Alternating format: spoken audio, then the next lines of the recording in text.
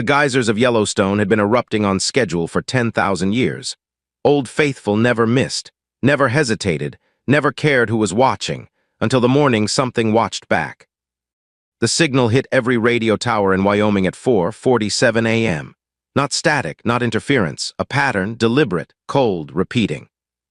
And somewhere above the caldera, where tourists usually pointed at steam and called it magical, the sky cracked open like something had decided Earth's most famous national park was a good place to park. The United States government sent the military. The aliens sent a fleet. But nobody, not a single general, not a single alien commander, thought to check who was already there. The park rangers of Yellowstone had been managing 2 million acres of geothermal chaos, grizzly bears, tourist stupidity, and Wyoming weather since before most countries had armies. They had a saying up in the ranger stations: nature doesn't negotiate. Neither do we. If you think that's just a motto, keep watching.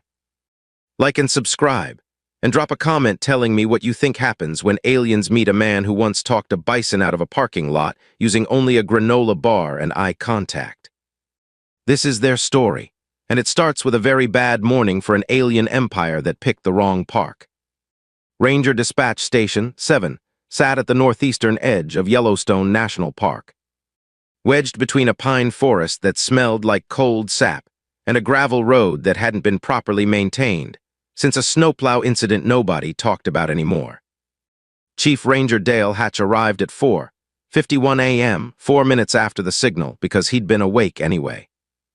Dale was 53 years old, built like someone had stretched a tree stump into human shape, and operated on approximately 3 hours of sleep and 2 thermoses of black coffee per night. He had worked Yellowstone for 26 years. He had seen bison charges, wildfire spreads, a man try to cook eggs in a geyser vent, and one memorable July where 3 separate tour groups got lost simultaneously in different directions. He did not rattle easily. He looked at the sky through the station window. The crack in the atmosphere was still there, a shimmering seam of violet and pale gold, running north to south above the caldera like someone had unzipped the morning. It wasn't lightning. It wasn't aurora, it pulsed with something organized. Dale picked up his radio.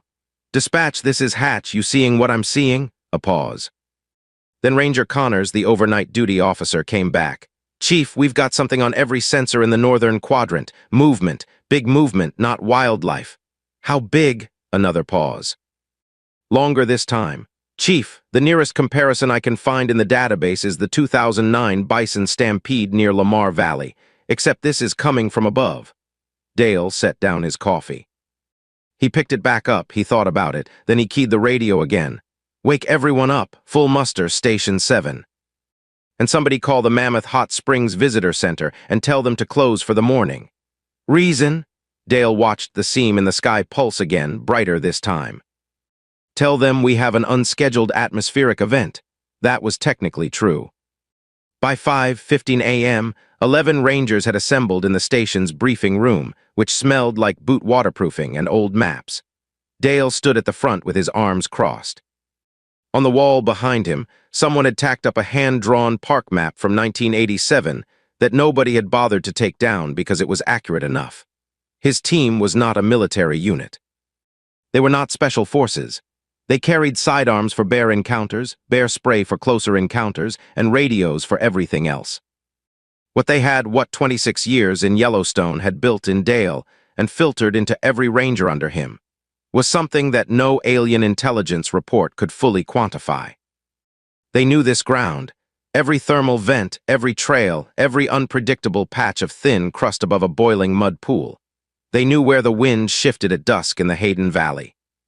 They knew which roads flooded first after rain, and which bridges looked solid but weren't. They knew where the wolves denned, and where the grizzlies moved in spring, and where tourists always underestimated the distance to the tree line. Yellowstone was not just their workplace. It was their operating environment, and they had been trained to manage chaos in it since day one. Ranger First Class Tom Brierly raised his hand. He was 31, from Cody, Wyoming, and had the kind of calm that came from once delivering a calf beside a highway in a snowstorm while directing traffic with the other hand. "Chief, what exactly are we dealing with?" Dale pointed at the window. The violet seam was visible even from inside. Unknown. Non-terrestrial, best I can tell. The room went quiet for exactly 3 seconds. Then Ranger Walt Greer, 51, former smoke jumper man who had once hiked 14 miles in the wrong boots because he'd grabbed his girlfriend's by mistake and refused to admit it, leaned forward. So aliens, that's my working theory, Walt nodded slowly. Okay, do they know about the thermal crust problem near Fountain Paint Pot? Dale looked at him. I doubt it, Walt leaned back. Good. Outside, the first alien descent craft broke through the seam and dropped toward the caldera. It was massive, black hexagonal, covered in glowing geometric lines, and designed, clearly, to be intimidating. It descended with the slow, theatrical confidence of something that had never been told no by a planet before. It landed directly in the middle of a thermal field. The crust held, barely. A geyser 300 meters to the east erupted 6 minutes early in what the park's geological monitoring system logged as a stress response event. Inside the alien craft, the landing crew reviewed their geological data. Their scans had identified Yellowstone as a high-energy geothermal zone, strategically significant, defensible, and sparsely populated. Their intelligence on human defensive capability in the area had returned a minimal threat assessment. They had not flagged the Rangers. This was their first mistake. Their second mistake was setting down between Old Faithful and the Firehole River, which meant they had parked in the single most visited square mile of the entire park, and the Rangers knew every inch of it blindfolded. Dale watched the craft land from the ridge above. He lowered his binoculars. He picked up his radio. All units, we have a landed craft, Northern Thermal Basin, grid reference 447. Nobody moves, nobody approaches, nobody does anything until I say so. A pause, and somebody find out if there are any tourists still in that quadrant. Connors came back. Chief, there's a couple from Ohio who didn't check out of their campsite last night. Dale closed his eyes. Of course there is. Tom's voice came over the radio. Chief, what's the play? Dale looked at the alien craft sitting in the middle of Yellowstone like it owned the place. Then he looked at the thermal field around it. Then he thought about 26 years of managing things that had no business being where they were. Same as always, he said. We assess, we contain, and we make sure nothing stupid happens to the park. He paused. Or to us. Behind him, Walt was already pulling out the terrain maps. Because in Yellowstone, the ground itself was a player, and nobody knew its moves better than the people who'd been reading them for decades. Whatever these aliens thought they had landed on, they were about to find out that Yellowstone had rules, and the Rangers enforced them, every single one.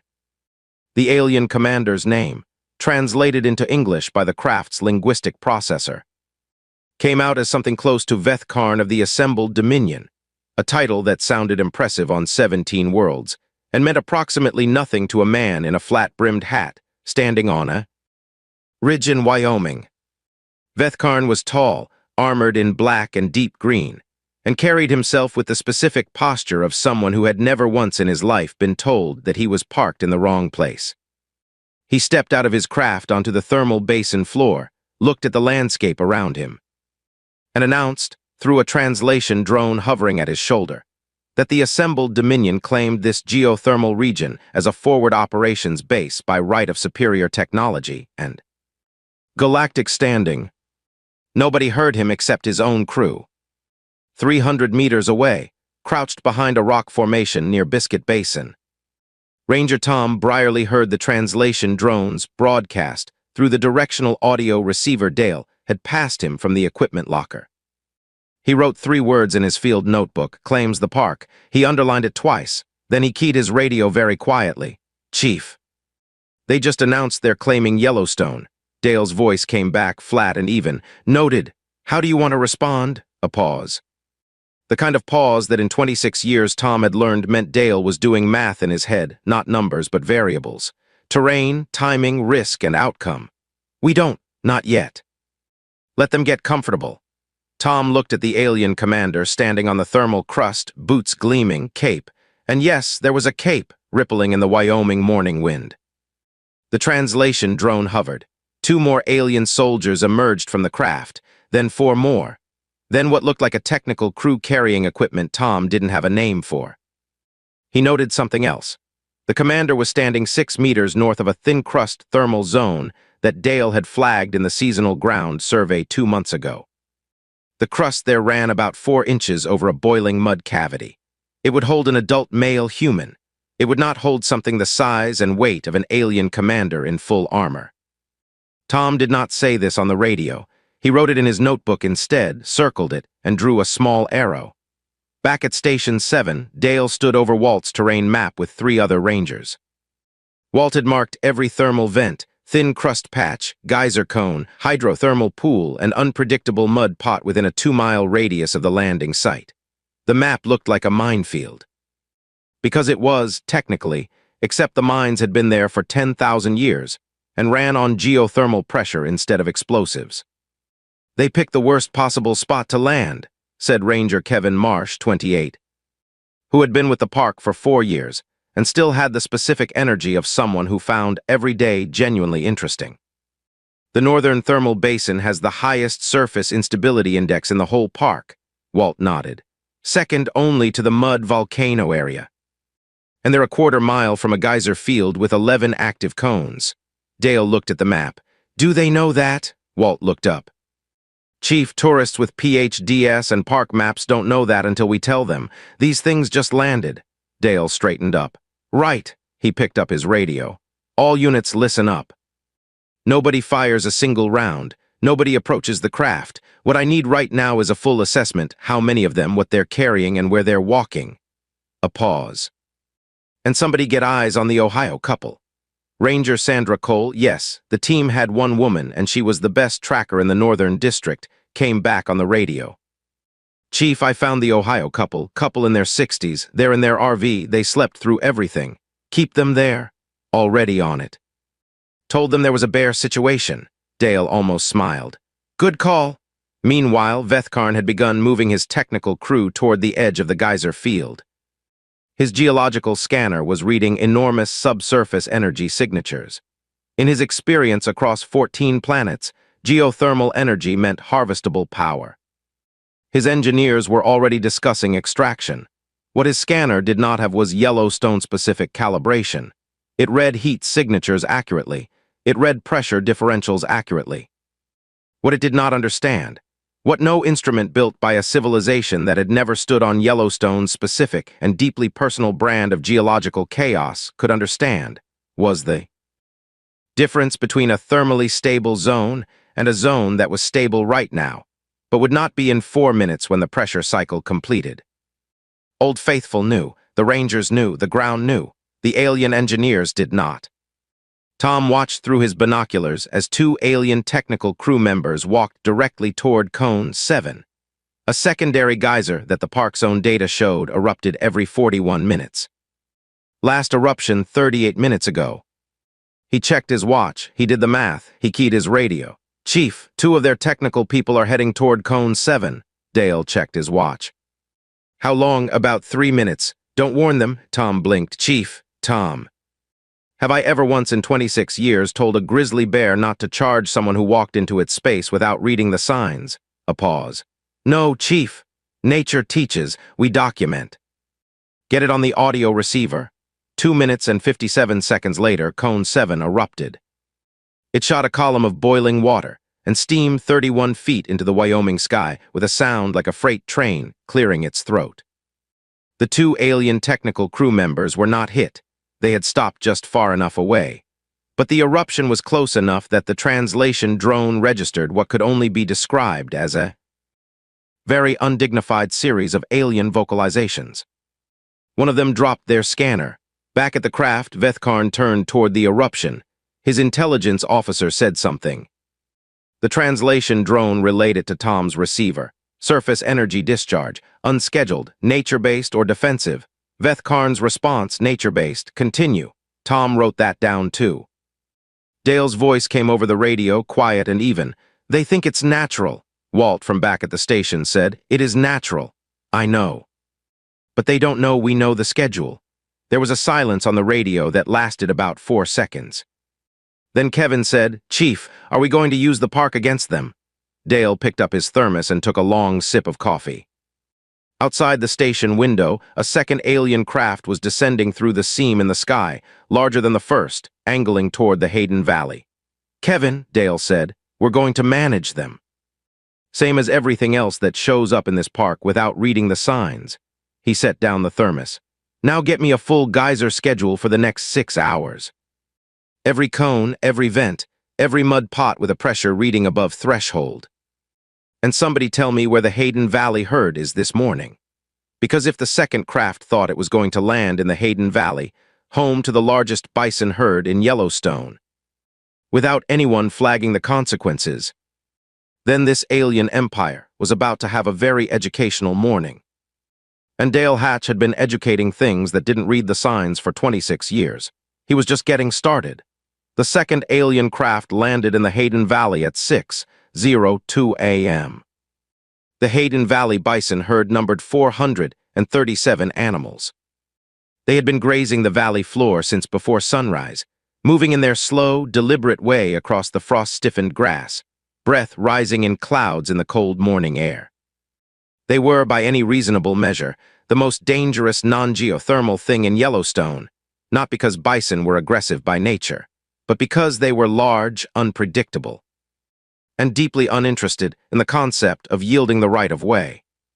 The alien craft descended with its engines running at what its designers considered a quiet operational frequency. The bison disagreed. Dale heard it before he saw it, a low rolling sound like thunder that didn't stop. Building from the south end of the valley, and moving north with the specific momentum of 437 animals that had collectively decided they were done with this valley for the morning. Tom's voice came over the radio, slightly breathless. "Chief, herd's moving. Which direction? Northeast. Toward the second craft's landing zone." Dale picked up his binoculars from the ridge. In the valley below, the alien craft sat with its landing ramps extended, alien soldiers beginning to disembark in their disciplined formations. They moved well, organized, precise, clearly trained. They had shields, they had weapons, they had the general look of a unit that had successfully intimidated populations on multiple worlds. They had not been briefed on bison. The herd hit the landing zone perimeter at 6:09 a.m., not as an attack, not as a charge directed at the aliens specifically. The bison simply went where they went, as they had always gone, because the valley was their valley, and it had been their valley since long before anyone built anything on it. The alien formation, crisp, geometric, professionally maintained, encountered 437 bison with the structural coherence of a sandcastle meeting a wave. The aliens scattered. Not in panic exactly, these were trained soldiers, but with the specific hurried movement of beings who had looked up their threat database and found nothing under the entry for large ruminant. North American, highly indifferent to rank. From the ridge, Dale watched the alien commander of the second craft attempt to restore formation. His soldiers were backing up in good order. A few had raised weapons.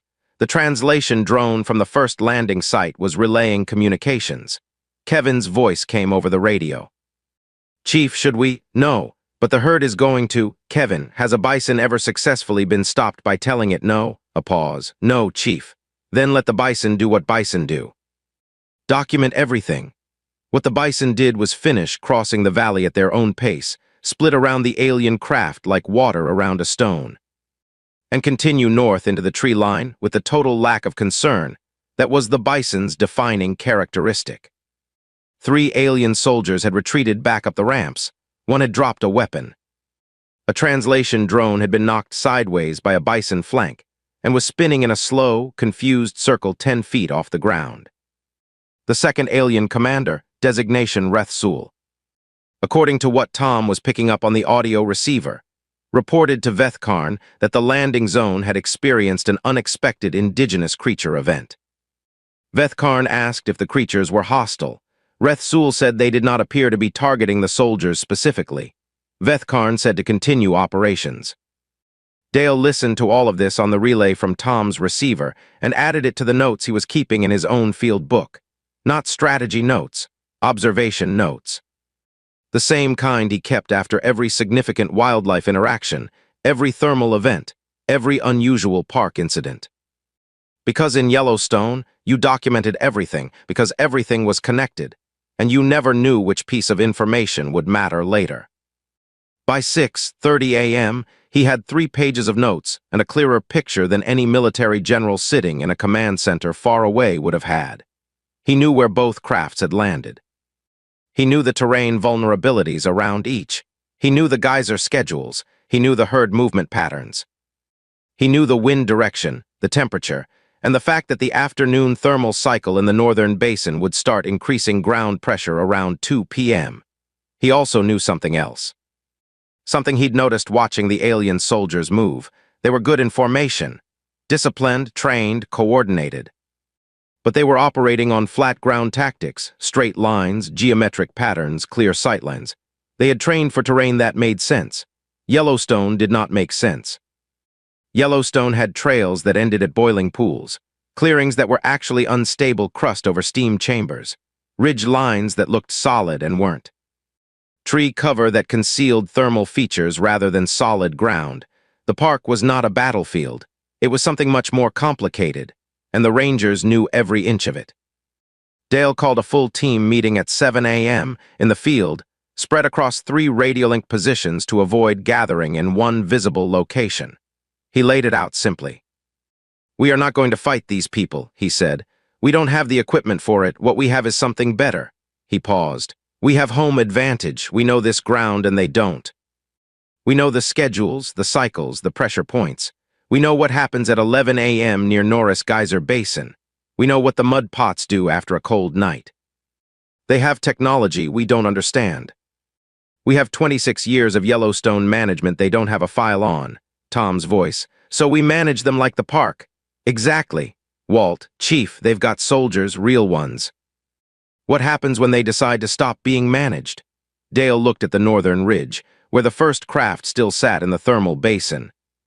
And the alien commander was presumably planning his next move. "Then we make sure the park is an extremely unpleasant place to be unmanaged in," Dale said. "And we do it without breaking a single regulation." Kevin, very quietly, "Chief, that is the most Ranger thing I have ever heard." Dale picked up his radio.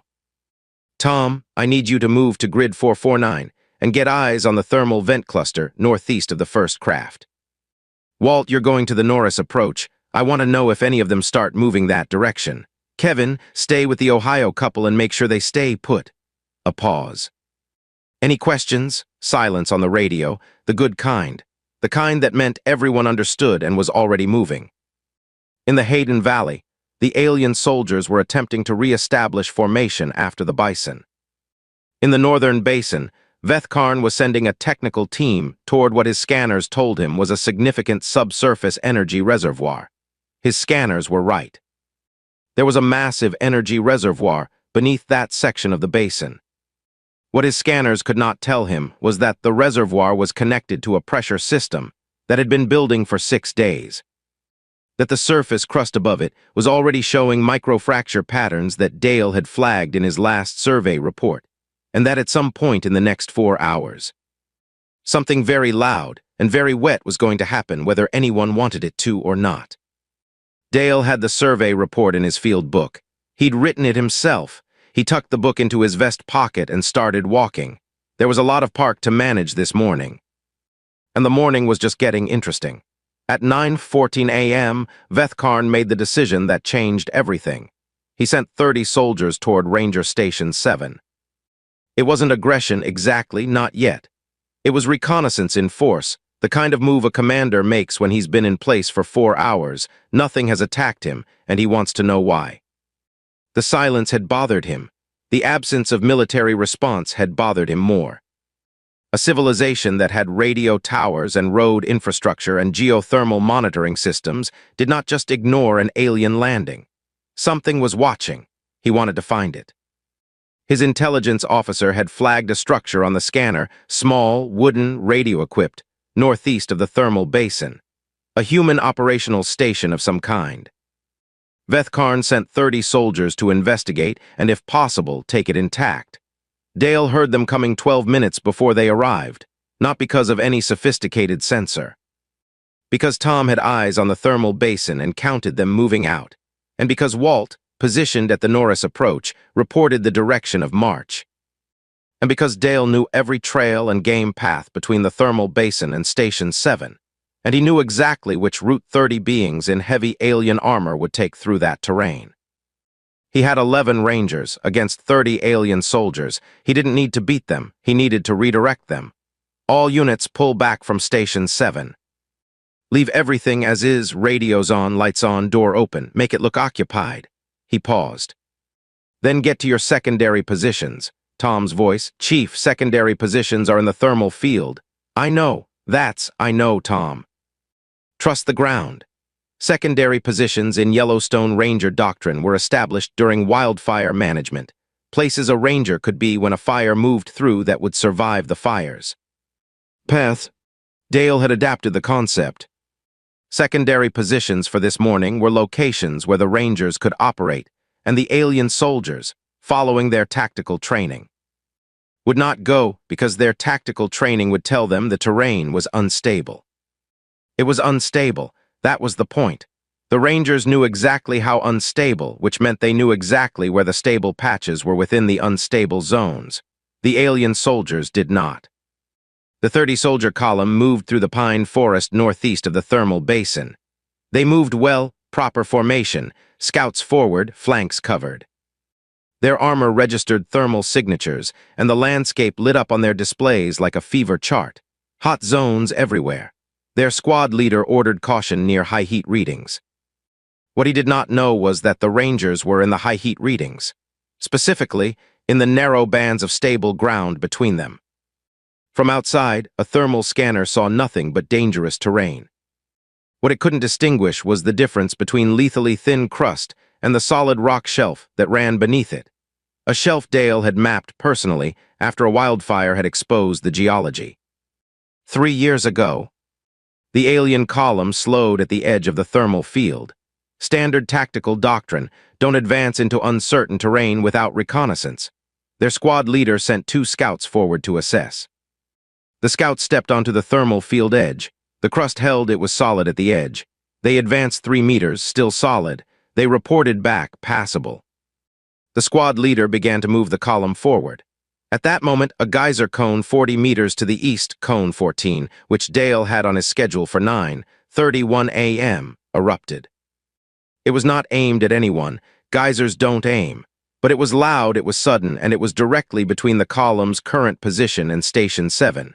The column halted. The scouts scrambled backward. The squad leader called Vethkarn on his radio. Dale listened to the exchange on Tom's audio relay. The squad leader reported a thermal energy discharge blocking the advance route. Vethkarn asked if it was defensive.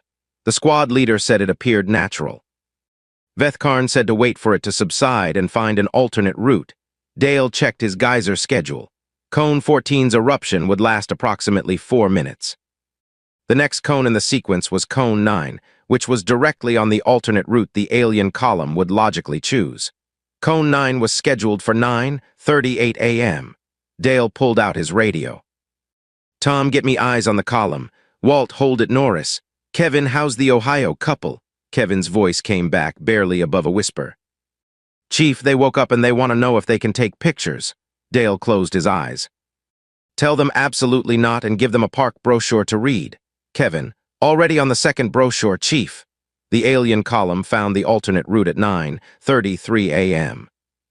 It led around the eastern edge of Cone 14's active zone, through a clear-looking stretch of ground that the squad leader's scanner showed as thermally moderate. It was thermally moderate. It was also the approach corridor for Cone 9's runoff channel, a shallow depression that, during an eruption, would carry about 2,000 gallons of hot water down its length in under 90 seconds. Tom's voice, Chief, they're in the runoff channel. Dale checked his watch. How many? Looks like the whole column. 5 minutes. Dale keyed the radio. All units stay on high ground. This is about to get educational. At 9:38 a.m., Cone 9 erupted. The water column went up 40 feet. The runoff surged down the channel. The alien column did not run. They were trained soldiers, and trained soldiers do not break formation for water. But alien armor, it turned out, had drainage ports that were not designed for the specific mineral content of Yellowstone hydrothermal water. Because no alien armor designer had ever had reason to account for it. The column moved through the runoff. They made it. Nobody was hurt. But their scanner array, worn as chest units on the armor, was now thoroughly coated in silica-laced water, and 3 of the units were reporting calibration errors. Their thermal mapping was degraded. They no longer had accurate ground temperature readings. They did not know this immediately. They recalibrated and kept moving, reading the corrected output as accurate.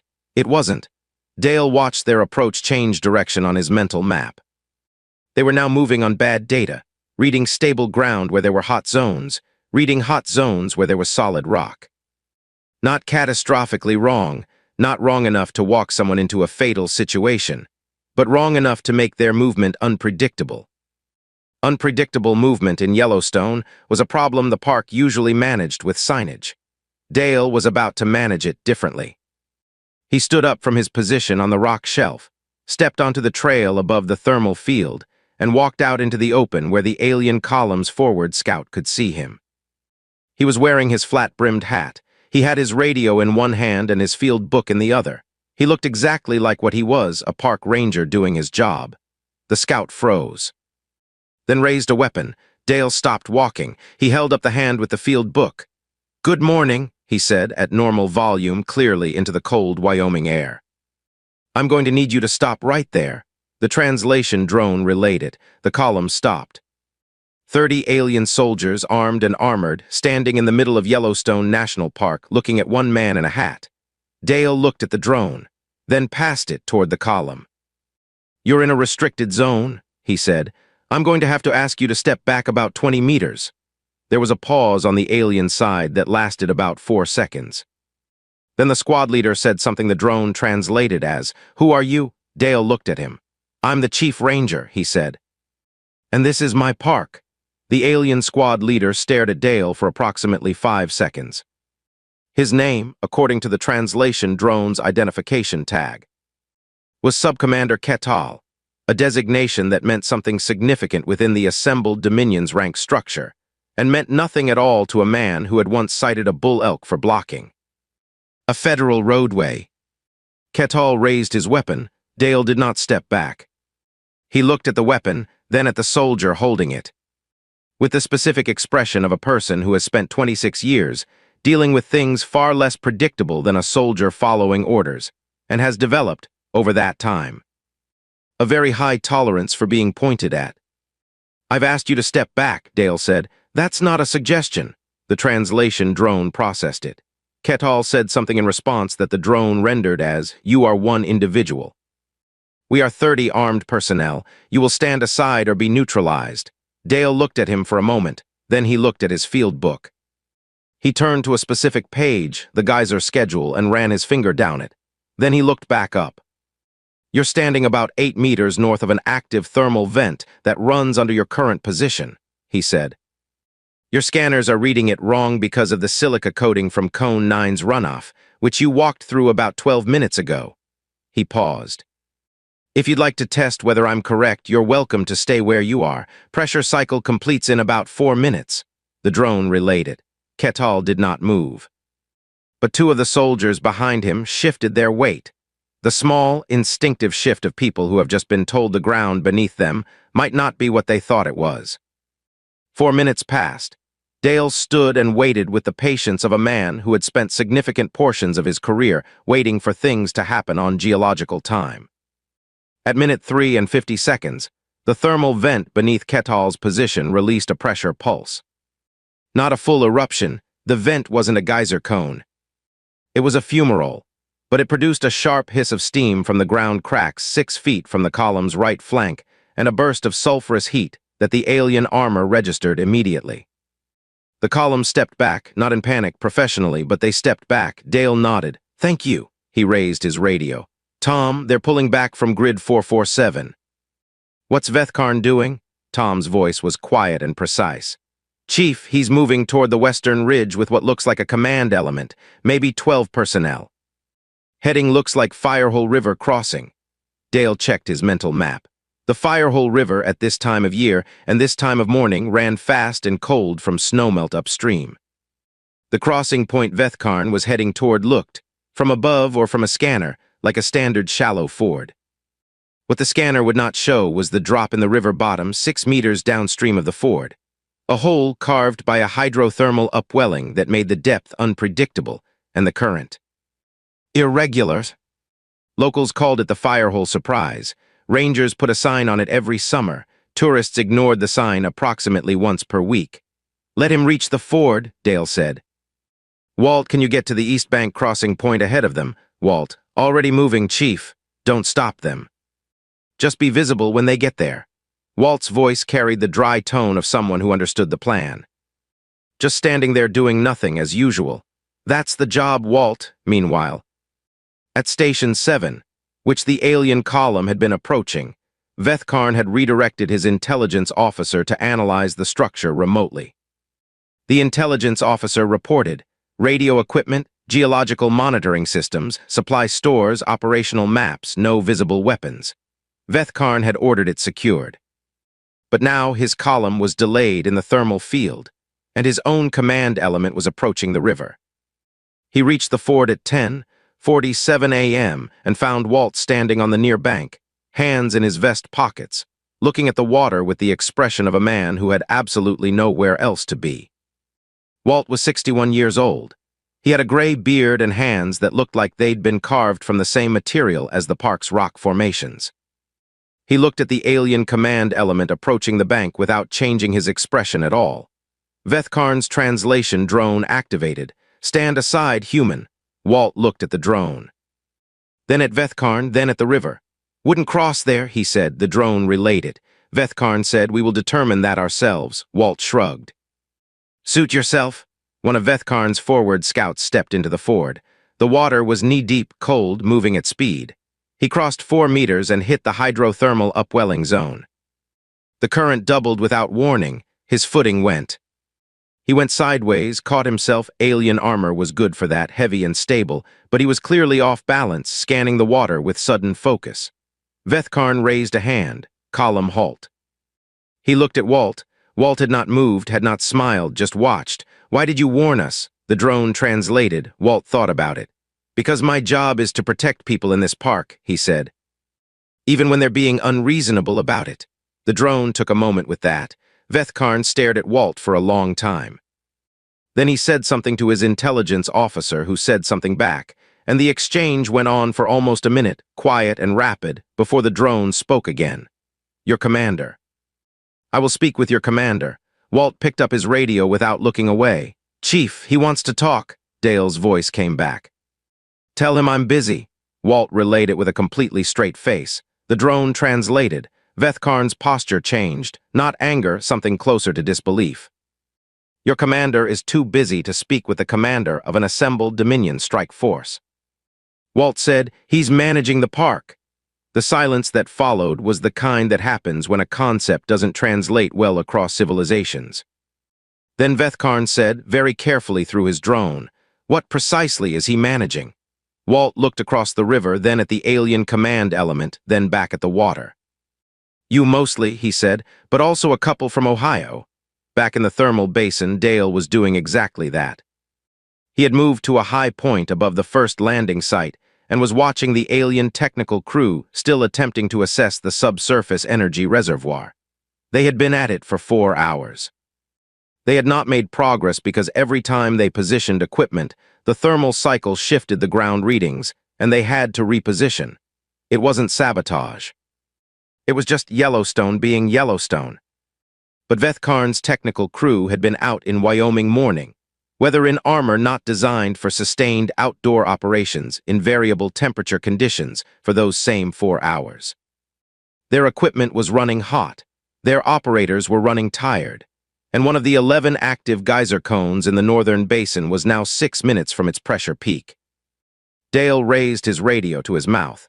"Tom, get me the geological monitor reading on the northern basin central pressure system." Tom's voice came back immediately. "Chief, it's at 92% of the cycle peak. Reading's been climbing for the last 40 minutes. When does it break? At the current rate, 11 minutes. Maybe 12. Dale looked at the alien technical crew below him. He looked at where they were positioned. He looked at his survey map. Then he picked up his radio on the park emergency frequency, not the tactical channel, not the ranger-to-ranger channel, but the public emergency broadcast frequency that every radio in the park was required to monitor. He clicked it twice to make sure it was live. Then he said, clearly and calmly, as if he were doing a routine visitor safety announcement, "Attention all personnel in the Northern Thermal Basin. This is Chief Ranger Hatch. The area around grid reference 451 is entering an active pressure event. All personnel are advised to move to established safe zones, marked with yellow boundary markers immediately." He paused. "This applies to everyone currently in the basin." The translation drone, floating near the alien technical crew, rendered it into Dominion language automatically. Because translation drones are designed to translate everything in their operational range, and Dale's broadcast was, technically, within range. The alien technical crew looked at each other, then at their commander's signal channel, then at the ground. Then they began, with what Dale would later describe in his incident report as reasonable efficiency, moving toward the established boundary markers, the yellow posts the park had placed around the active zone. Perimeter. They did not know what the markers meant specifically, but they were moving away from the center of a thermal field after a human official had just announced a pressure event, and whatever else was happening this morning. Yellowstone had already demonstrated that it did not make idle threats. Dale watched them go. He noted it in his field book. Then he waited for 11 minutes and 40 seconds. Then the Northern Basin's central pressure system released. It was not the largest eruption Yellowstone's monitoring history had recorded. It was not even in the top 20. But it was significant enough that the alien technical crew, standing at the boundary markers, felt it through their boots. The equipment they had left in the central zone was thrown sideways. One scanner unit was buried under 3 feet of ejected thermal material. Nobody was hurt. Dale wrote that down too. Then he keyed the radio. "All units." "What's our status, Tom?" "Column is pulled back from the thermal field, Chief. They're regrouping south of Cone 14. Kevin, Ohio couple is on their 4th park brochure. The husband wants to know if the aliens are part of a summer event. Walt, Vethkarn is standing at the river crossing and not crossing it. His translation drone has been asking me questions for 20 minutes. Dale nodded slowly. "What kind of questions?" Walt's voice carried something that might have been amusement, very carefully kept under control. "Chief, he wants to know who designed the park." Dale looked out across the thermal basin. The steam was still rising. The geysers were still running their schedules. The bison were somewhere in the valley. The Ohio couple was reading brochures. His rangers were in position. He keyed the radio one more time. "Tell him nobody designed it," Dale said. "Tell him it was already here. We just learned to work with it." A pause, then Walt said, "He wants to know how long that took." Dale thought about it. "Still working on it," he said. And somewhere on the other side of the river, a very experienced alien commander looked at the ranger standing on the bank, and then at the landscape surrounding him, and did something his intelligence files would later describe as highly unusual for a Dominion commander in a contested zone. He sat down.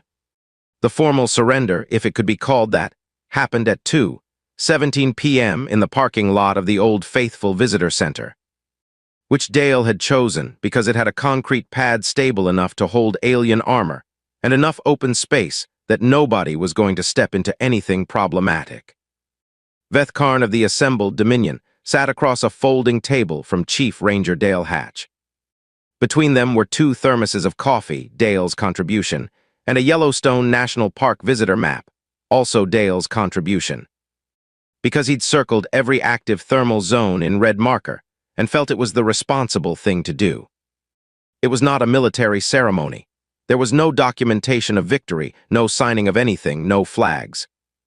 Dale was not authorized to conduct international, or, as it turned out, interstellar negotiations. He had already radioed that to Federal Emergency Management, who had radioed it to the Department of the Interior, who had connected it to someone at the State Department, who had apparently said, "Hold on," and not come back yet. So Dale did what Rangers did when the official process was still catching up. He managed the situation. "Your technical team's equipment is recoverable," he said. "The stuff buried in the thermal event, We can get to it after the ground temperature drops, probably tomorrow morning. We've done equipment recovery in active zones before. Bison horns, tourist cameras, one very unfortunate drone. Vethkarn's translation drone rendered it. The commander looked at the visitor map with its red circles for a long moment. Your land is actively hostile to structures. It's actively geological, Dale said. There's a difference. The park isn't trying to destroy your equipment. It just doesn't adjust its schedule for it. And you live here. We work here, different thing. Vethkarn looked at him. You are not a military commander. No, you are not a soldier. No, then what are you? Dale picked up his thermos, thought about it, and poured himself another coffee. I'm the guy who's been here the longest, he said. And who knows this ground the best? The alien commander was quiet for a while. Outside the visitor center, Tom and Walt were conducting a professional and entirely calm escort of the alien soldiers toward the parking area, where they were being asked, politely, to stack their weapons on the designated equipment area, which Walt had marked with a set of orange traffic cones from the ranger station storage room. Most of the soldiers complied. One didn't until Walt explained, still politely, still calmly, that the alternative was standing in the thermal field while Dale finished his conversation. And the afternoon pressure cycle was due to start in about 40 minutes. The soldier stacked his weapon. Kevin had managed to move the Ohio couple's RV to the south entrance parking area, well away from everything, and had told them, truthfully, that they had witnessed something historic. The husband had taken exactly one photograph of the second alien craft in the Hayden Valley, from a distance of about half a mile. Before Kevin had very gently suggested that the park's photography regulations around wildlife and geological features might technically apply here too. The husband, to Kevin's genuine surprise, had accepted this immediately and put the camera away. Man, you guys really run a tight ship, he'd said. Kevin had not disagreed. The federal response arrived at 4 p.m. in the form of 3 government vehicles, 2 people in suits who did not give their names, and a military liaison officer named Colonel Reed who looked at Dale's field notes, the geyser schedule, the thermal survey map, the incident log, and the prisoner list, 22 alien soldiers plus 1 alien commander, seated in the visitor center parking lot, drinking water from park issue bottles because apparently alien physiology was reasonably compatible with Wyoming mountain water, and said, very carefully, "Did you just manage first contact with the geological features of a national park?" Dale considered the question. "I managed the park," he said. "They were in it." Colonel Reed looked at him for a moment. Then he looked at Walt, who was leaning against the ranger station wall drinking coffee. Then at Tom, who was updating the incident log on a clipboard. Then at Kevin, who was handing the Ohio couple a complimentary annual pass because, as he put it, they'd had an unusual morning. Then the colonel looked back at Dale. "Chief Ranger," he said, "I've been briefed on a lot of first contact scenarios over my career. This is not how any of them went. How did they go?" The colonel thought about it. "More shooting, less thermal event management." Dale nodded. "Less productive, I'd imagine." In the visitor center, Vethkarn was sitting alone with the park map, still looking at the red circles. His intelligence officer, Reth Sewell, who had arrived from the Hayden Valley looking like someone who had spent a morning being managed by the landscape and wasn't sure how to log it, sat nearby. "The human called this a park," Vethkarn said. "Yes, Captain. A designated territory set aside specifically because the land is too volatile to be built upon. That appears to be part of the definition, yes, and they put signs on it. Correct." Vethkarn looked at one of the visitor brochures that had been left on the table. On the cover was a photograph of Old Faithful erupting under a blue sky with the caption, "Yellowstone, America's first national park, over 10,000 thermal features." He set it down. "They walked us through their own geological weapon," he said slowly, and called it hospitality. Reth Sewell did not answer that, because there was no answer to it that would help anything. Outside, Dale was walking the perimeter of the parking lot with Tom. The alien crafts were quiet. The thermal basin was doing what it always did. The bison were somewhere being bison. Old Faithful had erupted twice since morning and would erupt again in approximately 89 minutes, as scheduled. "Think they'll come back?" Tom asked. Dale looked at the northern ridge where the steam still rose in steady columns against the afternoon sky. Probably, he said. Things come back, bears come back, tourists come back. He paused. We'll manage it. Tom looked at him. Chief, we just held off an alien invasion with geyser schedules and bison. Dale picked up his thermos. And coffee. Tom allowed this. And coffee. Dale looked at the park around him, 26 years of it. 2 million acres of the most complicated, beautiful, unmanageable, geologically active ground on the continent, on Earth, as far as anyone had known until about 6 hours ago. He had spent his adult life learning it, and he was still learning it, and he suspected he would be learning it until the day he retired, and probably after that. He had a saying he'd never put in writing anywhere because it sounded too simple and he'd never found the right moment for it. The park teaches. You just have to pay attention. He tucked the field book back in his vest pocket. All right, he said, let's go check on those coffee filters. As the sun moved west across Wyoming, the alien craft sat quiet in the thermal basin, surrounded by a landscape that had been doing exactly what it wanted to do for 10,000 years. The Rangers went back to work because work didn't stop, even on days like this. Surveys needed updating, equipment needed checking, an incident report of several hundred pages needed writing. Kevin gave the Ohio couple a personally signed copy of the Yellowstone Visitor Guide and sent them on their way. The husband shook his hand and said it was the best vacation of his life. His wife agreed. Kevin waved them off and went back to his shift. Briggs's newsletter, which somehow already existed and had already been shared by Tom via satellite radio to 3 other Ranger stations, had a headline that read, Alien Empire Encounters Park Regulations. Nature wins, coffee survives. Dale found it in his inbox at 6 p.m. and read it twice.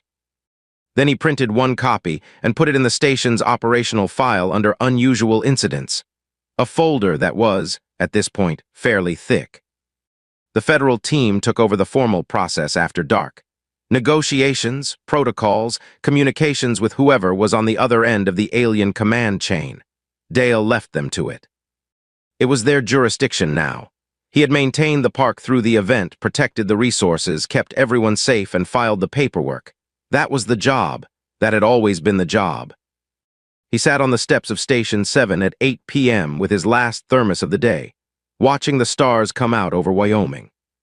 Somewhere up there, past the seam that had already begun to close, an alien empire was presumably revising its threat assessments and its geological survey protocols. In his field book in the notes column on the last page, Dale had written one line. Ground advantage is not a strategy, it's a relationship.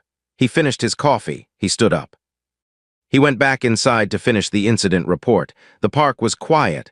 Old Faithful would erupt again in 44 minutes. The bison were settled for the night. The coffee filters had survived. All things considered, it had been a normal Yellowstone morning, just with better stories. If you made it this far, you're one of us. Drop a comment below telling me what you think the aliens put in their after-action report about Yellowstone. Share this with someone who needs a good story today. And subscribe, because the next one is already coming, and trust me, the park has more secrets than one morning can hold.